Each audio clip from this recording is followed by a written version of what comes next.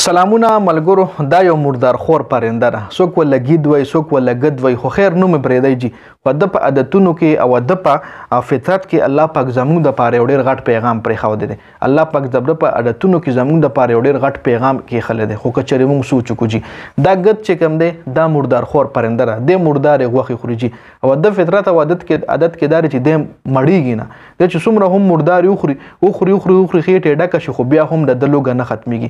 دی منډه ووایي وګرځي ولټه یې وکړي. هغه مرداره غوښه چې کوم دی هغه دی واپس راوغورځوي، خو د لوږه ختمه نه شي. دی چې څومره خوري دومره دی ولټه کوي، خو لږ یې ختمېږي نه. اوس دې کې زموږ دپاره څه پیغام دی؟ ګوره الله پاک په دې د ده په دې عادتونو کې د ده په دې فطرت کې انسان له څه پیغام ورکړی دی.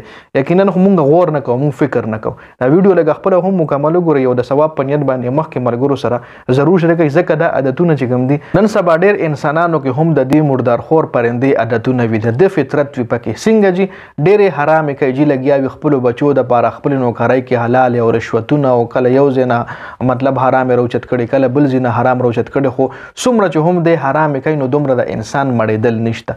څومره چې هم یو انسان په حلالو کې انولف شي نو هغه الله پاک په هغه حلالو کې برکت ور واچوي. هغه لږې وي خو د هغه پکې برکت وي، پکې مړېږي، پکې خپل کور ساتلی شي. او ډېر داسې وي چې خپله تنخوا هم ډېره زیاته وي، خو کرپشن دومره کوي، حرام یې دومره کوي چې د هغه په لکونه روپۍ کور ته راوړي، خو په لکونو روپو کې هغه پیسې چې کوم وي د هغه په کور کې غیبېږي. د هغه بچي چې کوم وي هغه داسې رالوي شوي په حرامو باندې چې کوم سړی هم خپل بچي رالوي کړي نو هغه بچي د هغه په کار نه راځي. یو خو د حرامو نقصان غټ چې کوم دا دی هغه دا دی، همدغه بچي چې سبا رالوي شي، همدغه پلار یې چا چې ولا حرامې کړي وي دی بوډا شي نو هغه بچي بیا د خپل بوډا پلار خدمت نه کوي، ځکه هغه په حرامو باندې رالوي کړي وي. یو خو غټ نقصان د دې دا شو. بل د دې برکت نه وي، کور کې مختلف بیماریانې راځي. څومره هم دی حرامې کوي دومره د په کور کې بیماریانې راځي. ښځه د بیماره، بچي د بیمار، خپله هم دی مختلفو بیمارو کې انوالو شي. پیسه ډېره زیاته وګټي، خو هغه پیسه کې دله سکون نه وي. پیسه ډېره زیاته وګټي خو دی پې داسې خوراک نه شي کولی چې کوم د ده زړه غواړي. د زړه کېږي هر قسم خوراک له، خو هغه د ده په د بیماریانو په وجه باندې هغه خوراکونه په ده باندې بند شي. نو ډېر کسان داسې دي چې هغه مثال چې کوم دی هغه هم د دې ګید د دې مردار خور پرندې غوندې دی.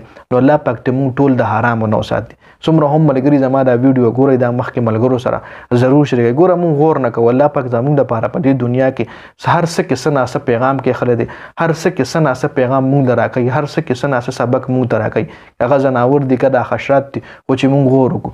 الله پاک هم موږ له قرآن شریف کې بار بار وایي تاسو غور وکئ، وګورئ په دې دنیا کې چې څومره سم پیدا شوي دي. دا خو یو الله پاک د انسان د فایدې دپاره او د غور دپاره پیدا کړي دي جي. نو ګید چې کوم دی دا مردار خور پرنده چې کوم ده د دې حوالې سره څه اهم معلومات مې در سره شریک کولو چې زموږ دپاره پکې یو ډېر غټ پیغام پروت جي. نو د ویډیو کتلو زیاته مننه. ویډیو ضرور مخکې ملګرو سره شریک کړئ. جنید خان افیشل چینل هم سبسکرایب کړئ، پیج هم لایک کړئ. والسلام.